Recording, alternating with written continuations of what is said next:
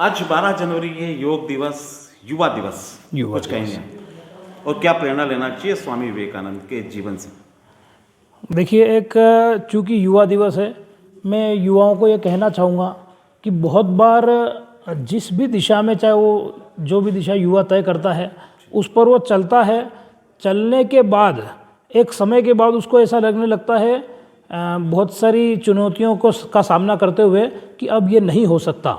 तो विवेकानंद जी ने ये कहा था कि जब लगे कि ये नहीं हो सकता है तभी प्रयास करने का उचित समय होता है।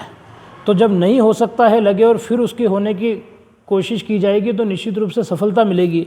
विवेकानंद जी ये कहते थे कि जितना बड़ा संघर्ष होगा सफलता भी उतनी ही बड़ी होगी। तो विवेकानंद जी के जितने स्लोगन, विवेकानंद जी के जीवन को हम जितना देखेंगे उतना पूरा जीवन युवाओं को प्रेरणा देने वाला है। विवेकानंद जी कहते थे, उठो चलो और जब तक चलते रहो जब तक मंजिल प्राप्त नहीं हो। तो वो सारी प्रेरणादायी चीज़ें विवेकानंद जी की थी। विवेकानंद जी ने जो धर्म संसद में भारत के धर्म की और भारत की पहचान बनाई, उसके बाद भारत को और भारत के धर्म को, भारत की संस्कृति को पूरी दुनिया में अलग दृष्टि से पहचाना गया।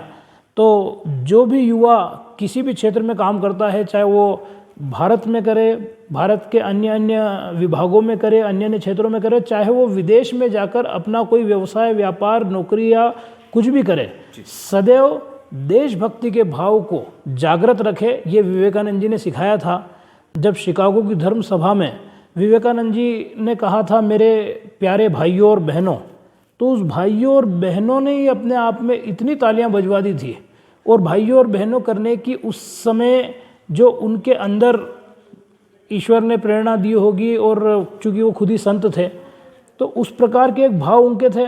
जब वो धर्म संसद में वहाँ बोलने के बाद बहुत विख्यात हुए, बहुत उनके अनुयायी बने, और उन अनुयायियों ने जब उनसे ये आग्रह किया कि आप हमारा परिवेश एक बार पहन के बताइए स्वामी जी, तो उनने परिवेश में जो उस समय की एक कहानी लोग कहते हैं और उस समय की जो बात किताबों में बहुत सारी पढ़ने को मिलती है, तो उनसे कहा गया कि आप ये पैंट पहनिए, आप बूट पहनिए, आप सूट पहनिए।